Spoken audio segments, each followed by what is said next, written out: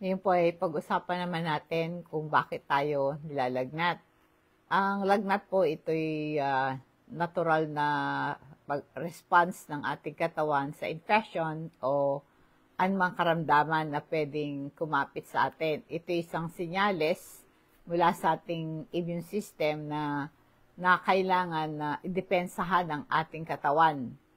Ang aking pong YouTube channel, Rose Alfonso, mag-subscribe po kayo, click nyo rin yung bell para updated kayo sa aking mga health topics. Ganon din sa aking official Facebook page, Patnubay sa Kalusugan. Mag-subscribe po kayo, i-click nyo lang follow, like, and share. Ngayon po, ang lagnat, no, pagka merong bacteria or virus na nakapasok sa katawan, magkakaroon ng inflammation. Kaya tulad ba nasabi ko, yung lagnat, ito'y natural response natin sa infection or inflammation na sinyales ng ating immune system ay kailangan depensahan ang ating katawan sa karamdaman. Bakit po pag nilalagnat ka, nagkakaroon ng inflammation? Kasi pagka yung bacteria or virus nakapasok sa katawan, nagkukos ng inflammation. Tulad po yung mga lagnat sanhi ng COVID, nagkakaroon po ng inflammation, directly apektado yung baga, yung puso, at ang ating utak. Halimbawa, pagka na-COVID ka, tas nilalagnat ka, yung inflammation na infection galing sa COVID, mamamaga po yung ating baga. Nagkakaroon tayo ng pneumonia. Kaya may namamatay sa COVID dahil sa pneumonia. Ang lagnat, pwede ding kaya pagka nagkaroon ng inflammation, nahihirapan huminga tayo kasi yung lung tissue ay pwedeng ma-damage dahil sa pamamaga. Sa severe cases nito, pwedeng magkaroon ng respiratory failure. Kaya maraming doon namamatay sa COVID dahil dun sa respiratory failure. Dahil pag sobra ang lagnat mo, it leads to inflammation of the lungs. Pag namaga yung lung tissue mo, mahirapan kang huminga, nagiging dahilan ito ng respiratory failure. Nung COVID-19, nagkakaroon po ng kamatayan dahil sa heart muscle mo, yung myocarditis, nagkaroon ng inflammation doon sa muscle ng ating puso. Pag namaga yung puso natin, hihina yun, napipigil yung kanyang gawain na magbomba ng dugo effectively. Kaya pagka meron kang fever, pwedeng ma-damage yung ating heart sa sobrang taas, no? At pwedeng magkaroon din ng inflammation sa utak, sa surrounding tissue tulad ng encephalitis. Kaya yung fever na nagkakaroon po ng inflammation, nagkakaroon po ng simptoma ng headache, nagdideliryo, nagkakaroon ng confusion.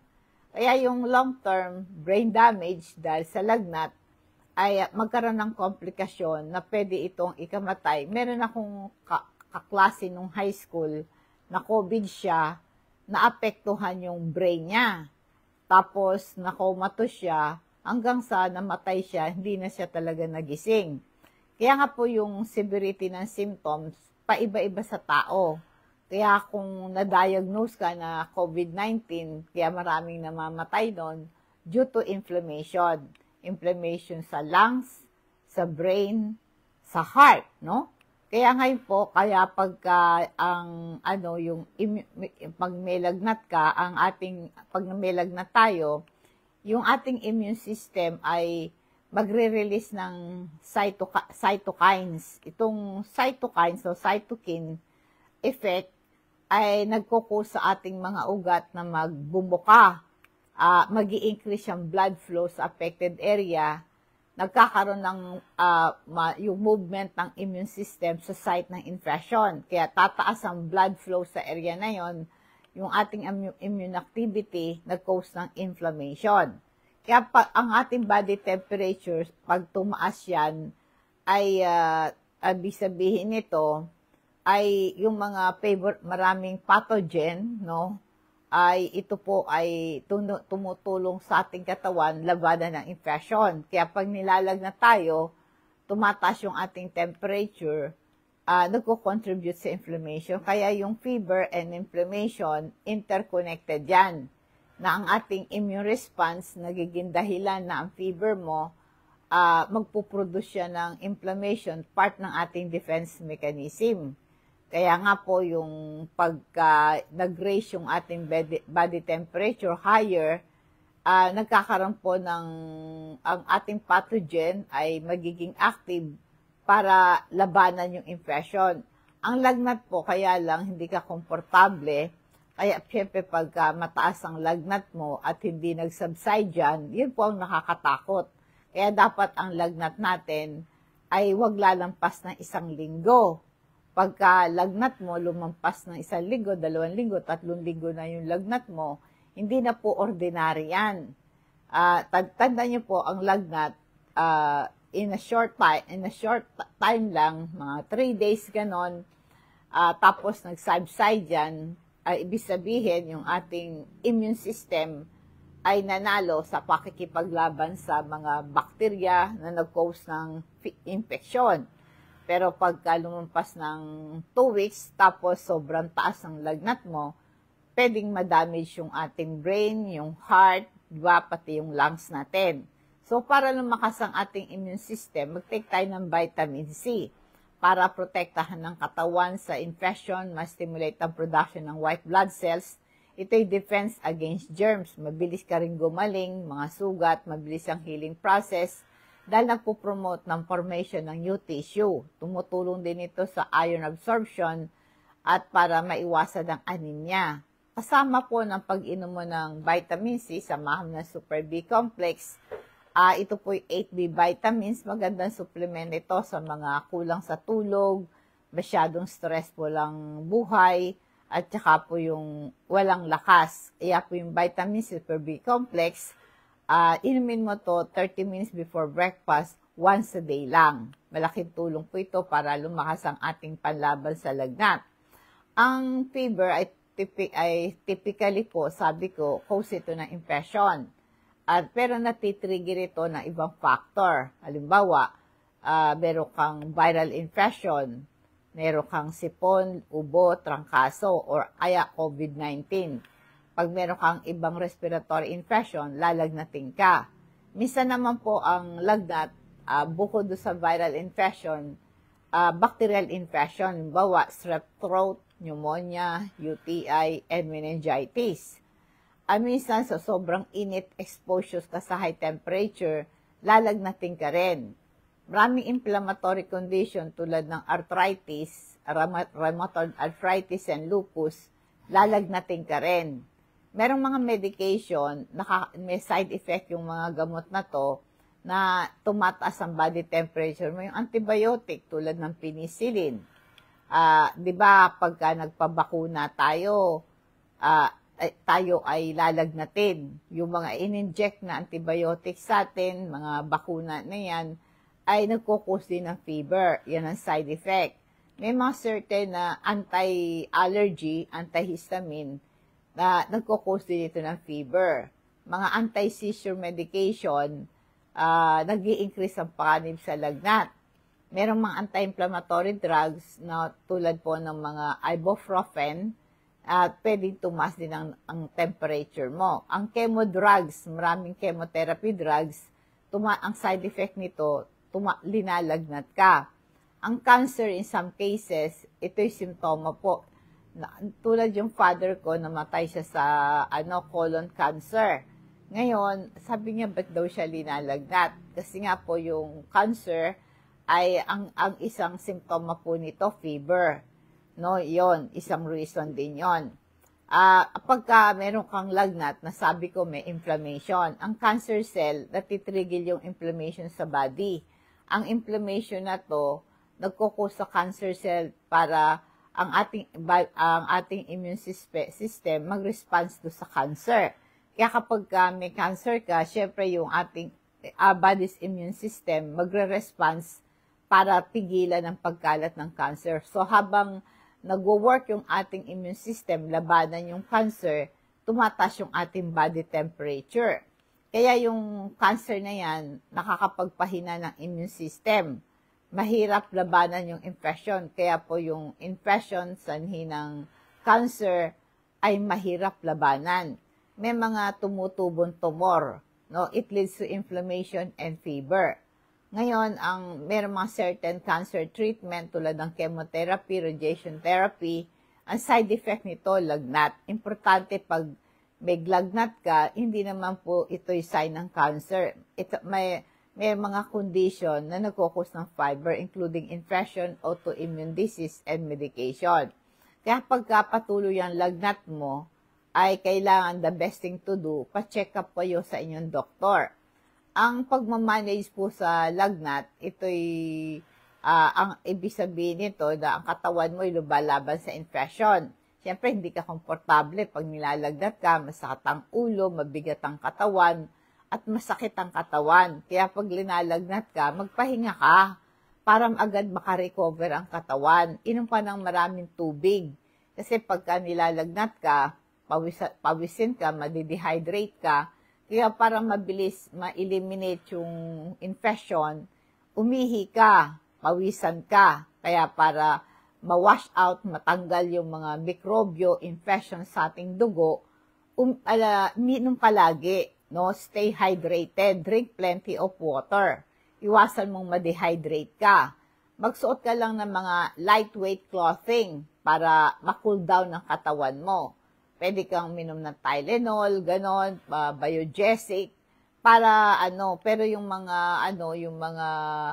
nakaka-reduce ng fever for children, merong mga kailangan nito ay mag-ingat, no? So pagka mga bata ay may lagnat, mag-ingat tayo sa paggamit po ng mga over-the-counter na gamot kasi yung mga bata, dahil masailan pa ang katawan, di ka basta-basta magpapainom yan without doctor's advice, di ba? Pag may lagnat tayo, maglagay ka ng malamig na tuwalya sa noo o kaya sa batok. Ang cold compress kasi sa noo o kaya sa batok, nakakababa ng body temperature. Nare-relieve yung fever, discomfort mo, tsaka bigat ng ulo mo. Kasi yung paglalagay ng malamig na tuwalya, meron direct cooling. Pag nag-apply ka ng cold compress, yung cold temperature na to, dinampi mo sa balat mo, sa noo, sa batok mo, sa kilikili mo, nakaka-reduce ng init, bumababa, mabilis ang body temperature mo. Kasi yung blood vessel, dahil dun sa cold temperature, ang blood vessel mo ay dun sa ilalim ng dito sa kilikili mo, sa noo mo, magko-constrict yan. Kaya marireduce yung blood flow dun sa surface ng body, nako-conserve yung init, bumababa yung overall body temperature mo.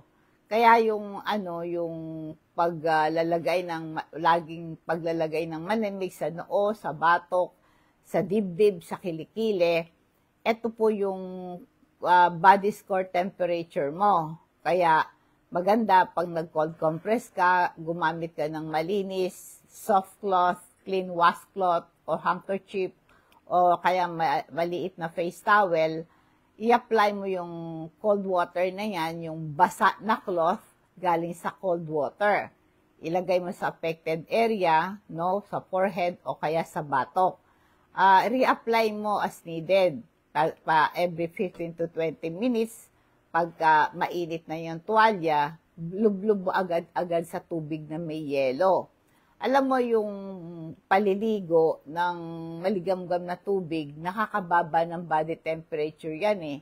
Pagka naligo ka ng maligamgam na tubig, yung nagkakaroon ng direct cooling kasi ang warm water nakakapagpalamig ng skin mo and underlying tissue. Bumababa yung overall body temperature mo pag naligo ka ng maligamgam na tubig. Ang tubig po kasi ay nakakalis ng init ng katawan, especially kung linalagnat ka. Tapos kasi yung ding maligamgam na tubig, nare-relax yung body at mind. At syempre pag naligo ka, mabango ka kasi pagka may lagnat ka, 2 araw, di ka na naliligo, lumalabas yung pawis mo, ang baho-baho mo na, tsaka malagkit na yung balat mo. Pero pag naligo ka ng maligamgam na tubig, ay komportable ka, relax ang body at mind mo. Napapalamig mo yung body mo, nagpo-provide ng relief sa discomfort, pag naligo ka ng maligamgam na tubig. Kaya yung lukewarm water ay hindi mainit kasi po yung lukewarm ay nakakatulong po ito kasi kapag naligo ka ng mainit na mainit or malamig, giginawin ka, mangingiligkig ka, di ba? Manginginig ka. Kaya kailangan po, be sure na maligamgam na tubig lang paligo, tsaka mabilis lang, tsaka magpatuyo ka kagad. Kaya i-consider mo yung sponge bath, lalo na po kung mahina ka. Ang sponge bath kasi, maganda din po kasi itong, yung punas ba, yung buong katawan. Ayan ang ginagawa sa hospital. Ini-sponge bath nila yung pasyente. Pwede po kayong gumamit din ng ating crystal oil.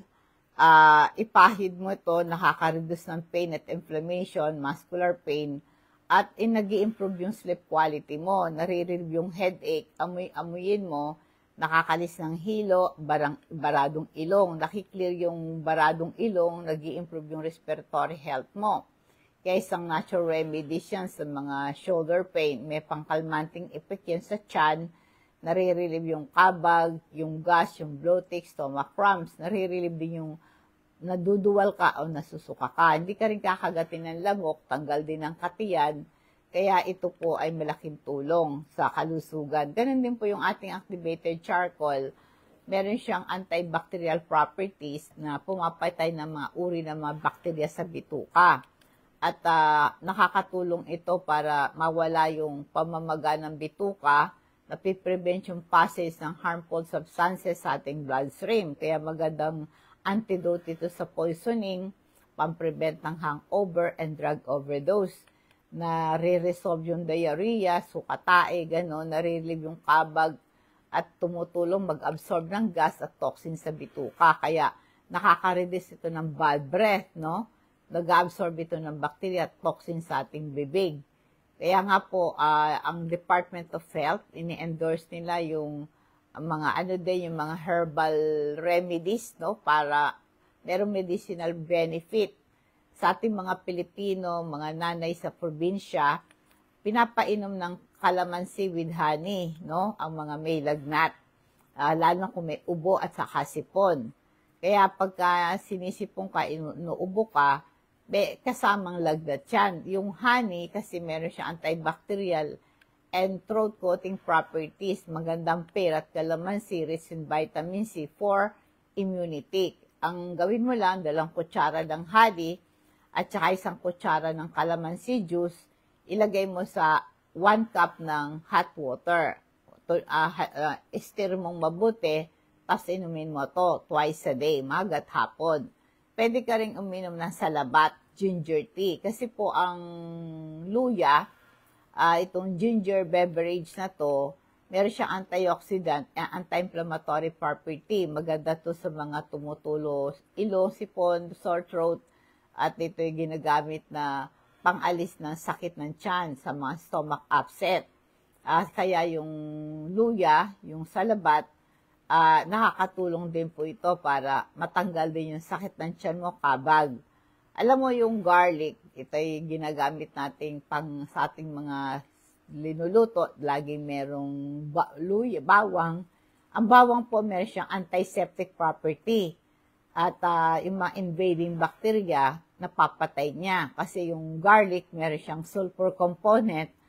At kaya ito po, nakakatulong din po ito para mag-heal din yung mga tagyawat natin. Nakaka-reduce din ng cholesterol yung garlic. Maganda dito sa lagnat. Natural antibiotic yan. Pwede kang uminom ng 1 butil ng bawang, sariwa, ibalot mo sa saging, lunukin mo para malunok mo. Ito'y natural antibiotic. Nakakababa din ito ng cholesterol. Ang isa ring herbal, yung lagundi. Ito po ay maganda sa headache, sa common cold. Tested ito ng DOST na maganda sa ubo, nakaka-relieve ng asthma. Kaya kung kayo po ay merong lagnat, kung meron kayong tanim na lagundi, mag-boil ka lang ng ng mga 6 na sariwang dahon ng lagundi, 15 minutes, mga 10 minutes yan, mga 6 hanggang 7 dahon na sariwa, pakuluin mo ng 15 minutes, pwedeng uminom ito 3 times a day, no? Nakakalusin ito ng plema. Kaya nga po ito pong meron namang nabibiling Lagundi syrup, Lagundi tablet sa mga local pharmacy. Ganon din po yung luyang dilaw, meron siyang powerful anti-inflammatory and immune boosting properties, yung curcumin. Ito ay kulay yellow yan, maganda yan sa arthritis, pampalakas ng ating baga at puso, protection sa ma-prevent ang liver damage and gallbladder disorder. Ganon din po yung bayabas, kilala natin ang dahon ng bayabas, ito'y herbal medicine, ito'y antiseptic, yung sa probinsya, pag nanganganak yung babae, ginagamit na panghugas, di ba? At saka anti-diabetic treatment din yan. Pwede mong inumin ang dahon ng bayabas, pampababa din ito ng sugar. Maganda din yan sa mga tatae, sa mga tooth decay, may gum infection. Pwede mong pagbumog o kaya yung young leaves ng guava ay dikdikin mo, ipasak mo doon sa butas yung sangipin mo.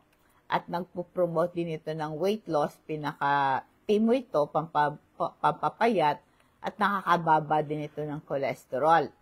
Yung sambong tulad ng Lagundi at Acapulco, ito po ay pwede mong itanim sa paso. Ito po ay maganda, dikdikin mo, paste mo siya, magandang itapal yan sa rayuma. Pag pinakulo mo naman, ito po ay diuretic sa mga UTI, linalagnat ka, tapos may UTI ka, pwede mong inumin ito na yung dahon ang bayabas ay hindi lang sakit ng tiyan, maganda rin pang linis ng sugat, maganda rin po ito sa lagnat. Alam natin dito sa Pilipinas, yung Vicks VapoRub ay pwede mong i-massage sa paa, marelieve ang cold symptoms.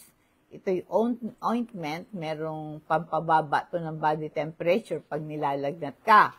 Pwede mong i-apply yung sa dibdib mo, sa neck area mo. Kaya yung Vicks VapoRub, pwedeng ipahid sa ilong, mawala ang bara ng ilong, no? Kaya gentle lang, malaki tulong. Yung efficacent oil, decade na yan, na ito po'y maganda sa mga muscle pain, sa mga, ito po'y merong cooling effect, no? Nakakarin, di ba, pag nilalagnat tayo, masakit ang ating buong katawan. So, pahiran mo ng efficacent oil, no? Kaya, pag may high fever ka, very high ang fever natin, kasi ang normal, wag dapat aabot ng 40 centigrade, di ba? No? Kailangan po, pag 37 na, okay na. Pero pag nag-38, 39, ang body temperature, umabot ng 40, di ba? Pag sabi, nangungurenta na yan, di ba? Yun ang ating term, very dangerous po yan. Kasi pag very high temperature ka, pwedeng madamage yung brain, yung heart, at saka ang kidney natin. Pwedeng mag-cause ito ng seizure, lalo naman sa mga bata. Pag linalagnat ka, papawisan ka, maraming tubig mawawala, madidehydrate ka, pag hindi ito na-solve agad, na delikado po yan. Pag mahina ang ating immune system, tapos sobra ang taas ng lagnat mo, napakahirap na labanan ang infection. Kaya pag mataas ang fever mo, meron kang mga sakit sa puso and respiratory problem, delikado po yan. Kaya kailangan ipa-evaluate mo yung iyong condition para ma-determine anong sanhi ng lagnat mo at kailangan ng treatment. Lalo na kung ang lagnat mo tuloy-tuloy, lumampas na ng linggo, persistent ang fever mo, very dangerous yan, maring merong underlying health condition tulad ng chronic infection. Maaring meron kang tuberculosis, hindi mo alam, o kaya meron kang endocarditis. Meron kang autoimmune diseases like rheumatoid arthritis, kaya nagkukos ito ng fever, o kaya cancer na sabi ko na kanina. Mga medication nagkukos ng persistent fever, yung maaring minsan meron kang ano ito, yung thyroid disorder, meron kang thyroid problem, o meron kang liver disease. Kaya kung meron kang sakit sa atay na hindi mo alam, at meron kang liver problem na hindi mo alam, ngayon, maaring isang simptoma nito, yung fever. On and off ang lagnat mo. Para ma-determine ang cause ng lagnat mo, mabigyan ka ng appropriate treatment, kailangan pa-check up ka talaga. Lalo na kung ang lagnat mo may kasamang hirap kang huminga, nagsisisure ka, kailangan talaga ng medical help at nagkaroon ka ng respiratory distress. Kasi pag meron kang difficulty breathing, ibig sabihin severe respiratory infection like pneumonia or bronchitis. Mga neurological problem, confusion or seizure, maring meron kang meningitis or encephalitis. Naalala ko po noon, meron akong bunsong kapatid, linalagnat siya, meron pala siyang meningitis. Ang isang reason din po ng very high fever, high temperature, yung systemic infection, isang malubang infection na kumakala sa buong katawan, maaring magdulot ito ng pinsala sa ating utak, no? Kasi itong systemic infection na to, pwedeng mag-cause ng sepsis. Ang sepsis, ito ay serious condition na ang katawan mo nagre-respond sa infection. Pag ang infection nag-spread throughout the body, pwedeng ma-damage yung ating multiple organ. Kaya yung persistent fever, tapos mataas, maring may infection sa bagay, pneumonia. Infection sa brain na spinal cord, maring meningitis. Yung bloodstream infection, pwedeng kumapit ito, buong daluyan ng dugo. Kaya yung sepsis, yung blood poisoning na tinatawag. Kaya required talaga ng immediate treatment para ma-prevent ang serious complication.